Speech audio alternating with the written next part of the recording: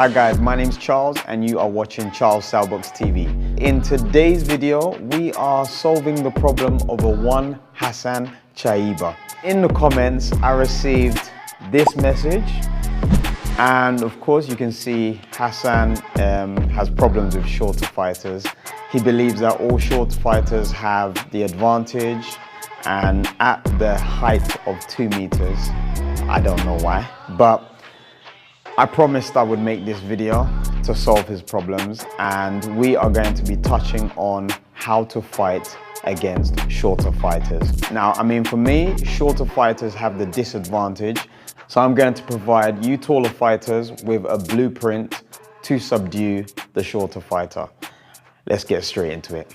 Okay guys, so the first consideration that we have as the taller fighter is to maintain our height. Now, whilst being out of range, we want to understand that the utility of our jab enables us to control the tempo of the fight and maintain distance. So the perspective of the shorter fighter is to view us at height, our torso being the main target. As we maintain our height, we view them and their head as our main target. So obviously maintaining the height would be the first thing that we want to do. Now, moving forward with that consideration, we want to bring in preliminary things that we do that maintain our tactical advantage. We want to have efficient footwork. So that is the second thing that we want to draw our attention to, efficient footwork. Now, we have to remember that the aim of the shorter fighter is to close the distance and then work on the inside. As the taller fighter, we do have a certain amount of advantage when it comes to movement. So when we move a certain distance across X, let's say that distance here, what we then know is that whenever we move, the shorter fighter is forced to put in slightly more effort to maintain that distance with us. Now, if we're able to have efficient footwork where we're constantly changing direction, that would therefore frustrate our opponent. So in essence, what I want to achieve is to maintain the distance that I have between myself and the shorter opponent, and also keep a constant change in direction so that my opponent never sets their feet. Those two things, if I'm able to preserve them, I will have what is known as good ring generalship. And I'll demonstrate that now. There, you've got slight head movement. There. Okay, so you can see that. Obviously, the steps that I'm taking are not that big, but I'm constantly changing direction. Okay, so this would be movement in the stance. When I'm in the square stance, and I'm more so moving along the ropes, I want to preserve those two ideals as well. So I'll demonstrate that also. So you can see that my movement is not too fast and I'm constantly changing direction. Okay, so you can see that this type of movement won't let an opponent that wants to really dig in, plant their feet and sink shots to my torso do so. So along with the efficient mode of footwork, we can also have a slightly more dynamic style, and this will be to disrupt and prevent our opponent from developing any momentum in the fight, and this is called the pendulum movement. So with the pendulum step, we're creating constant variations in the displacement that we have with respect to our opponent, and this will ultimately disrupt their targeting of us when they go to attack. So this will then make them more hesitant to approach us. We have two ways of actually doing the pendulum step. We have the more Soviet style where both feet are moving at the same time. There. Okay, so you can see we move back, then we've got both feet landing at the same time, and then we've got more of the Cuban style where one foot is coming into contact with the ground and we move forwards.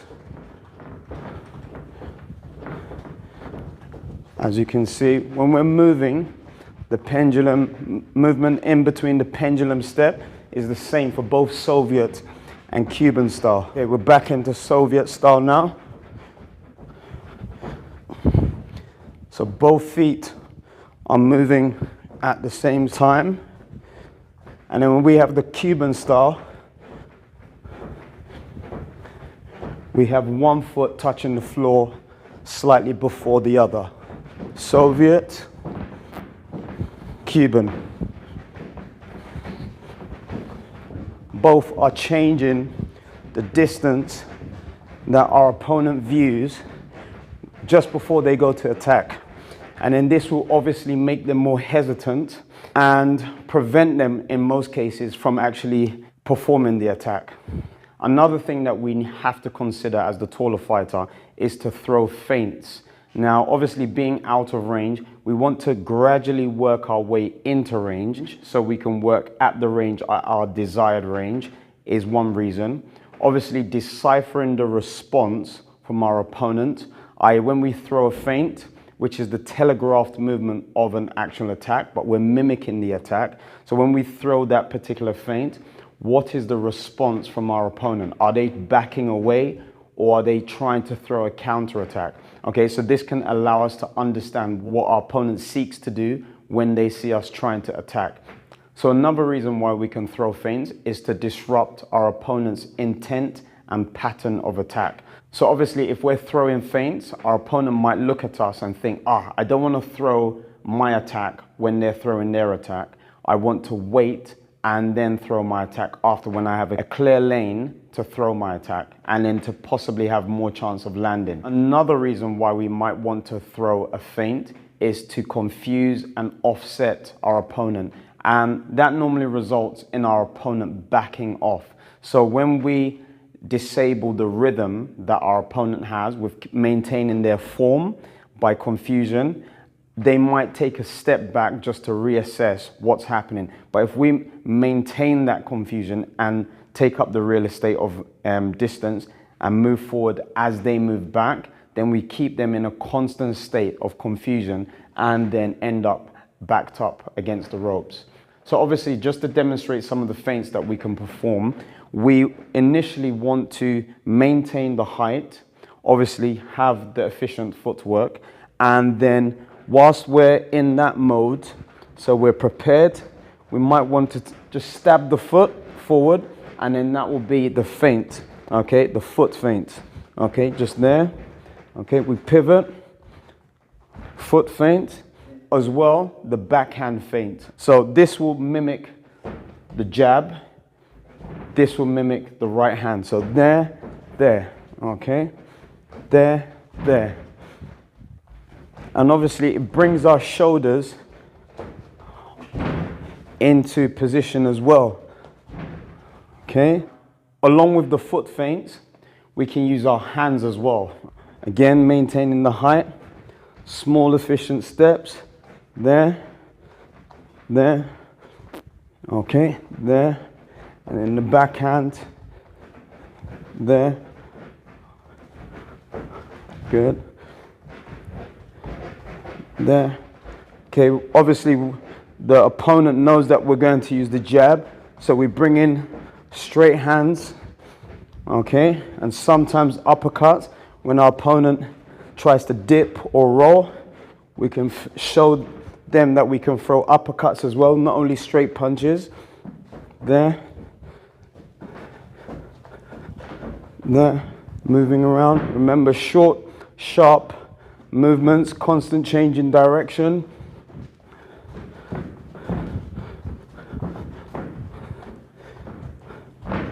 That's the demonstration of our feints. Now guys, all of these preliminary movements that you perform out of range are necessary for you to settle into your desired range so that you can start attacking. And it's always important to perform these with some haste before your opponent is able to understand and prevent this. Okay guys, so once we have become successful out of range, we want to now consider what we're doing at range. Now, just before we establish being at range, I want you to understand the feints that we did in the last segment. We can use the feint and then the jab to establish range. So this is how we actually move from being out of range and then coming into range. So just to demonstrate, we would step and then throw the jab. So we do a half step on the feint, and then from this position, boom, we push through, okay? So again, da, da, okay? Da, da. Again, maintain the height. Short, sharp movements, constantly changing direction. Da, da. Okay, we want to understand that when we push from the feint position, we don't seize up and then push through. So we don't pull back and then push through. All we do, da, da, okay? Push straight away from that feinted position. Da, da, da, da, okay? Feint to the torso, also da, and then go straight to the head. Once we've used the feint and then the jab to move into a position where we're at range, we want to use a series of jabs to systematically establish the jab, okay? So we want to use variations within the jab to establish our jab as being the dominant punch that is controlling the distance and maintaining that tempo that we are comfortable fighting at. So the first one is to pour with the jab, okay? So where we're touching the guard of our opponent at range, okay, there, you can see that we're moving, edging forward. We're not putting too much into the jab because what we're doing, we're controlling the distance. And pouring with the jab is done at full extension. We don't have too much into that jab, but again, we're controlling the distance. We can then see if our opponent becomes slightly comfortable with that, and if they release the concentration that they should have on their defense, we can slip punches in between. So we can slip punches in the guard, okay, just like that, and then we can go to the torso as well. Bah, there, and this maintains a constant amount of pressure on the opponent. Bah, okay, just there, there. So we're pouring again. Bah, okay, where our opponent, you know, loses the focus on their defense. Bah, da, bah. Okay, if they step forward, we just step back. That will maintain the pressure and allow us to maintain the distance. Okay, if our opponent tries to rush us, we can just step back and then reset that whole phase again. Okay, now the second type of jab that we want to utilize and cause a variation is doubling up the jab. So again, we're maintaining our height. We throw the first jab, da. We don't bring the hand fully back, and then before it gets to even halfway back, even the lead hand position is here. So we have full extension here for the jab. We bring it back about half the way back to the lead hand position. Okay, so not there, but here, okay? Then we throw the second jab from this position, da, okay? So just to demonstrate that again, da, da, okay? And that maintains the speed, da, da, okay? Because we don't bring the hand fully back like da, da, okay? That slows down the frequency at which we're throwing the jab. There, maintaining the height. Feint, da, da. Even the amount that we approach our opponent, da, da. We vary that as well, da, da. Da, da, da, da. Okay, so that is the second type of jab that we can use whilst being at range. So the next way that we can vary our jab is the intensity of our jab. So we want to have a slow jab, a fast jab, a strong jab, or a soft jab. Okay, so fast jab, ta, ta. Okay, slow jab, ta, ta. And then mix it up, ta, ta, ta, ta. Strong jab, ta, ta, ta. Okay, soft jab, ta, ta, ta. Slow and soft, ta. Okay, soft and fast, ta, Okay, I don't tense up there. Slow but strong. Ta, ta.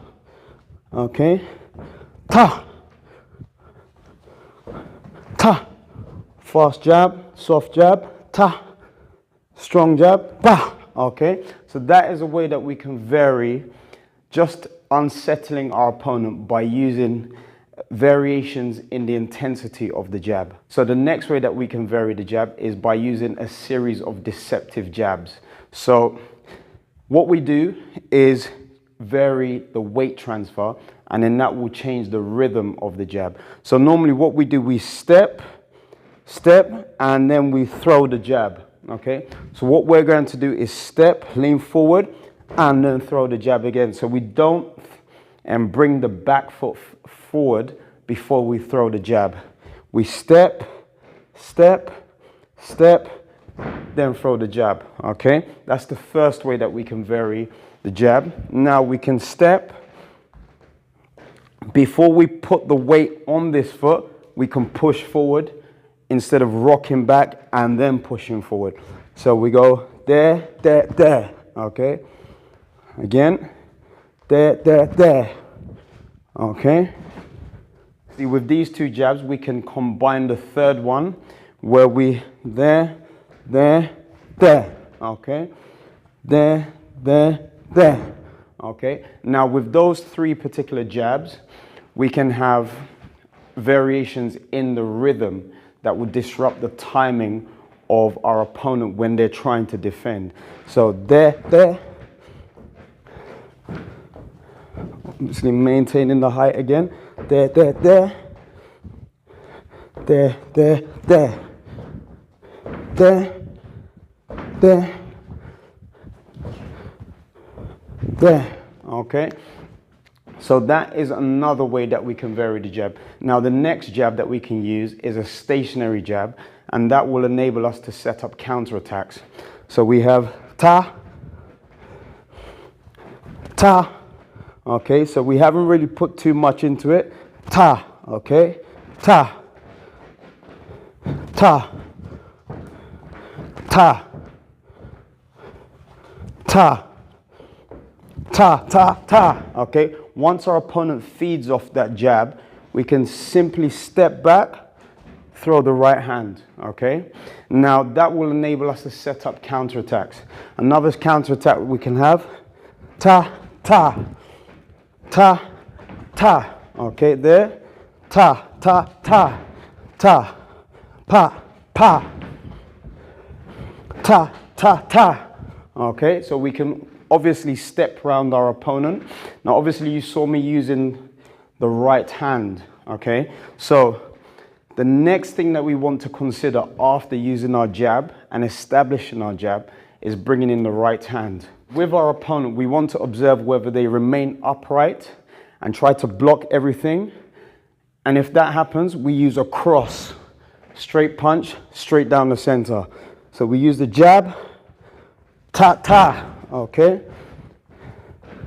Ta, ba, ah. Move around, ta, ta, ta, okay? Now, if our opponent starts to sway, whether it's dip in, tries to roll, you know, slip, then we want to use the uppercut, okay? So here, ta, ta, te, ta, ta, ta, te, ta, ta, ta, te. Okay, sometimes our opponent might try to advance. Stationary jab, ta, te, ta, te, ta, te, ta, te, ta, te, ta, te. So those are the things that we can do at range to give our opponent difficulties when we're fighting at our desired range and we've established our jab. Okay guys, so now we're moving to close range. So I want you guys to understand that at close range, being a taller fighter, you are at a disadvantage. Now, there are a few things that you can do to, you know, have damage control over that situation and minimize the advantage that they have and nullify some of those their attacks. So what you want to do with the shorter opponent is, first of all, try to tie up their arms. Okay, tying up their arms will limit their ability to throw their combinations. The second thing is leaning on your opponent. Let your opponent carry your weight. Obviously, you've been a taller fighter, you can lean on them whilst tying up their arms. Let them support your weight.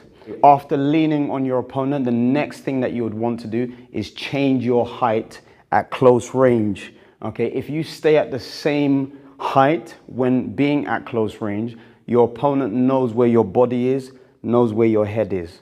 Okay, so they're able to work combinations where they're able to bring your hands down and then target your head. So you want to change your height, okay, when you're at close range, lean on them and tie up their arms, okay? So this is what we're looking at close range. So guys, we've come to the end of the video now. I hope you've enjoyed the content and appreciate some of the things that you can do against your shorter opponent. Now, if you've enjoyed the video, especially you, Hassan, please hit that like button. And of course, if you feel that this might benefit another taller fighter that you know is having problems with shorter fighters, please share the video. Now, if you want to leave a comment for any other video suggestions, please feel free to do so. And if you want to hit that subscribe button and the notification bell, I would appreciate that. Now guys, until my next video, keep training, stay blessed, remain tall and confident, and I'll see you guys soon. Peace.